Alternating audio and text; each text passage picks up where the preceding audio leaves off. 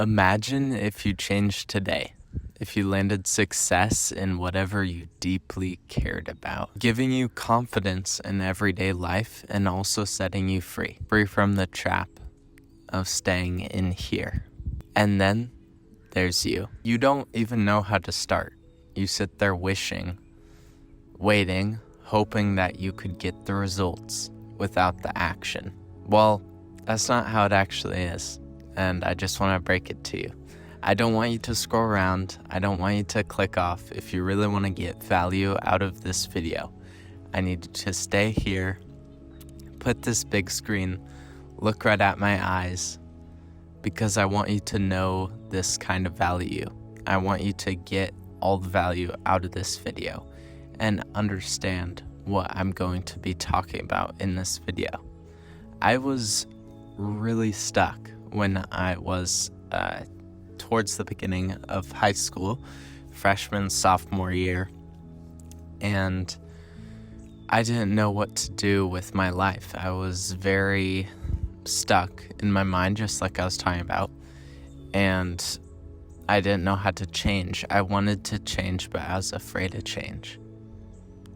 I was afraid of change, and you might be afraid of change too. It's actually a really hard thing to be able to change and to want to change. And so this is what helped me do so. And so I wrote down 3 key factors that I want you to be able to know, and I'll just break down each one.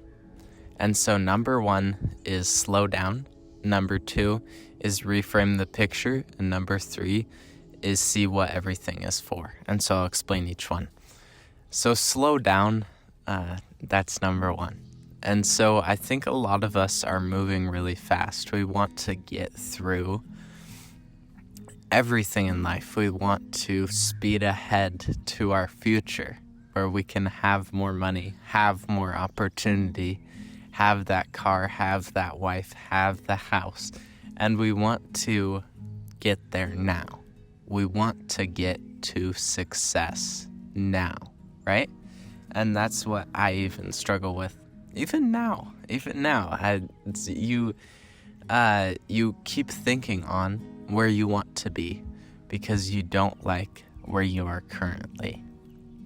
You keep thinking on where you want to be because you don't like where you are currently. And that's what I want you to think about, is why you keep thinking ahead is because you're not comfortable with where you are now.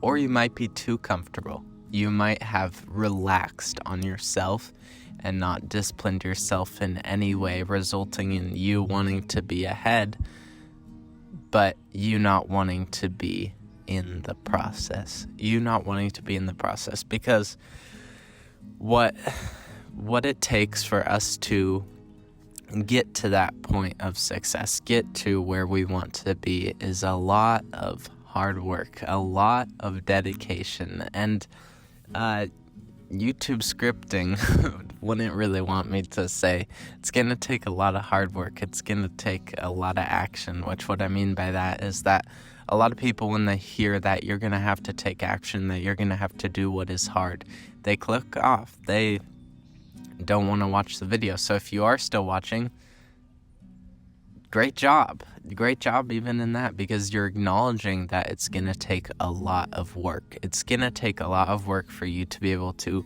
land success, for you to be able to be successful. And that's what I want you to know. You have to slow down on thinking that you're going to reach success. I want you to think about how you are going to reach success, but first you need to slow down and set a bar that is actually heavy enough for you. You keep setting the bar way too heavy. When you first go into the gym, a lot of people, when they first start, they say, I'm going to lift this crazy amount of weight, and then they stress themselves out. They stress themselves out making a goal that is way too heavy for them, and when they put all the plates on and they try to lift it, they hurt themselves. They hurt themselves because they're not ready for it. And that's what you're doing to yourself. You're hurting yourself by setting these crazy high goals. It's so good to set huge goals for yourself, right? but you have to break them down into micro goals. You have to say, okay, first I'm going to put on 2 5-pound plates on the barbell, and then I'm going to put on 2 10-pound plates. And then you just keep working up, right? It's all a process, and you have to see it for process and slow down. See the big picture, which goes into the next step, which is reframe the picture. Reframe how you see all of this, how you see the whole picture of your life, your whole future, and your now, especially your now, because what we get so caught up on is our future image. I was always thinking about when I was depressed, when I was feeling so stuck, I was always thinking about where I want to be and not focusing on what it took to get there now. And so reframing the picture of what you are doing, where you are, reframing your mind in what is my input? What am I inputting into this that is going to get me there? Ask yourself that. What am I putting into myself? What am I putting into my day that is consistent? Consistent isn't that you're going to hit the gym every single day. Consistent is that you hit the gym more days than last year, right? If you hit the gym 0 days last year and you hit the gym 50 days this year, that's improvement, that's consistency. And so changing and reframing the picture to not that you're getting discouraged, that you feel like you're falling behind one day, you feel like you cheated on your diet, you feel like you didn't go to the gym, or you feel like you're not doing good with talking to people or growing at speaking to another girl. By reframing the picture and seeing it for what it is, and knowing that it's all just a process, that the ultimate picture is that you see yourself as a successful person and then you see yourself growing, because that gives you some motivation to see yourself improve and think on yourself improving. Gives you literal motivation to get up in the morning. Not every day, but some days, because the motivation is not consistent. It's your discipline that is going to stay consistent, and that's what is going to develop the motivation. And the last step is see what everything is for, / meditate. So see what everything is for. See what habits that you're going to start adopting in these 90 days, what each one is for. And so the gym, for example, a lot of guys like going to the gym because they can get ripped for their girl, right? For their girlfriend or for their future girlfriend, right? And I definitely, see it partially for that. Like, it's great to look good, right? It's great to look good and look better. But that's not what it's just for. There's other results that come from good habits that you need to identify to be able to stay consistent at them. And so when I went into the gym, I started being able to focus on school a lot better later in the morning after I'd went to the gym, and I thought about it and I was like, man, the gym is improving my mental health. The gym is helping me focus on school. This is crazy. I'm not just building muscle, but I'm able to focus on school better. And so with every new habit that you adopt, I want you to think about, how is this going to benefit me in multiple ways? How is this going to benefit me physically, spiritually, mentally, and how are all these things going to apply to that thing? And when it checks all the boxes, and when you see for a fact that it's actually affecting every single one of those in a positive way, then it's going to make you want to actually stick to that goal, like, more consistently.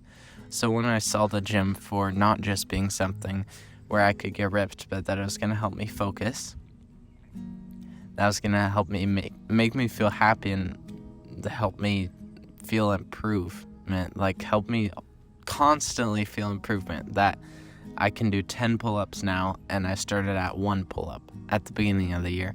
That's encouragement to myself. And so the consistency and the improvement is a constant encouragement to myself.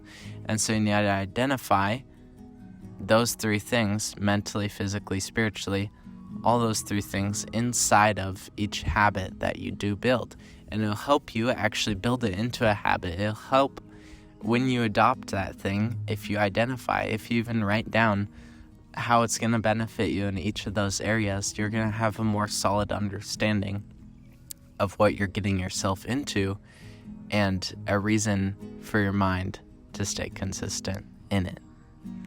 And so in all this, in all those 3 things, slow down, reframe the picture, and see what everything is for. Meditation has ultimately changed me, and being able to, I pair it with Bible time, just sitting down and praying, sitting down and just staying silent and being in the moment and focusing on being more present is going to help you be able to adopt these habits and be able to actually truly change in these 90 days. Because the thing is that you're so focused on all the distractions, you're so focused on scrolling on Instagram, TikTok, YouTube, and you're so focused on all the distractions that are around you, what can stimulate you and what can bring you temporary joy. And so what we're doing by meditating is we're replacing that. Sorry, alarm went off for a second. We're replacing the fact that our minds are so screwed up, and we're actually, see, that was a distraction, right? And I was like, what in the world? But I can snap back into it because I have focus. I have focus that I've developed from staying at peace in meditation. And so I want you to just try sitting down in your room tonight with no noise and just thinking on where you need to improve and what you need to do. Maybe get a notebook and write down a few ideas on what you can improve on, what things you think you should adopt, things that could improve your life and help you become the person you want to become. And so that's all I have for today. If you'd like to see how I came out with a video a day, I have a video right here. And thank you for watching. I hope you have a great rest of your day. And you have peace.